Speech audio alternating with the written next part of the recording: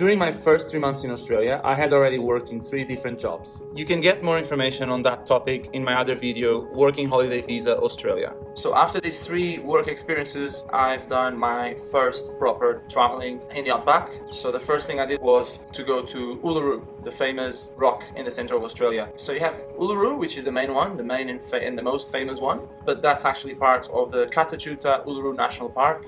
Kata Tjuta is another set of rocks that are a bit farther away, and they are also very, very beautiful.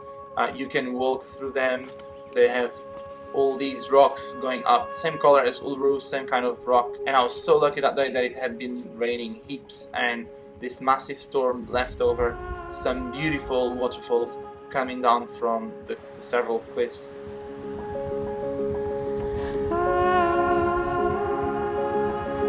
And you could really see the water going from pool to pool.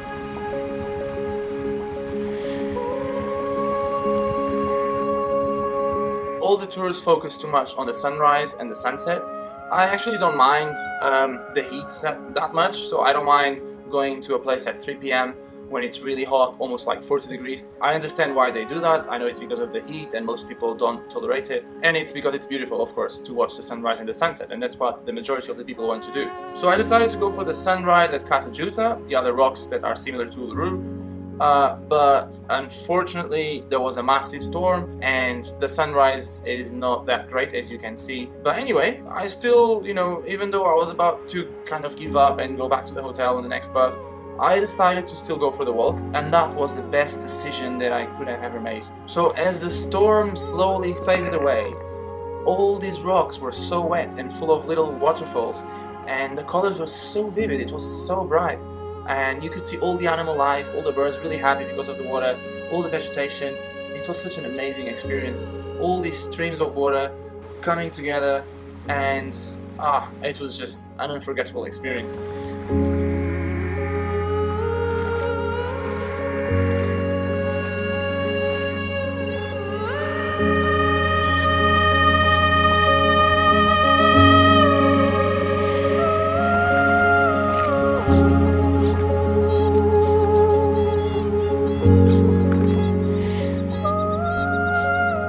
I cannot believe the amount of things I would have missed out if I had gone back to the hotel. For sunset, I decided to go to Uluru. I know it's the most famous rock, but I didn't really have any expectations. I walked around the rock for about 2 hours before going to see the sunset, which is a bit farther away.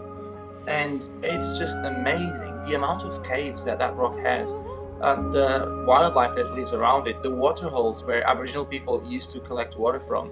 And also inside those caves, you have several paintings from the Aboriginal people. One of them is actually where the older people used to teach the young boys how to hunt for the food animals, as they call them, in order to feed their tribes. For me, until this point, I just thought Uluru was merely a rock in the middle of the desert, just a geographical accident. But actually, no, there's so much more. I see Uluru now as the cathedral of the Aboriginal people. It's really important for them, it's spiritual for them, and now I understand why. It's just beautiful, it's just a beautiful, beautiful place. As I was walking around Uluru and seeing all these amazing things and sights, a storm approaches. It is raining so much right now.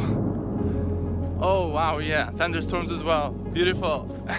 And I'm like, oh no, not again, please. I got completely wet.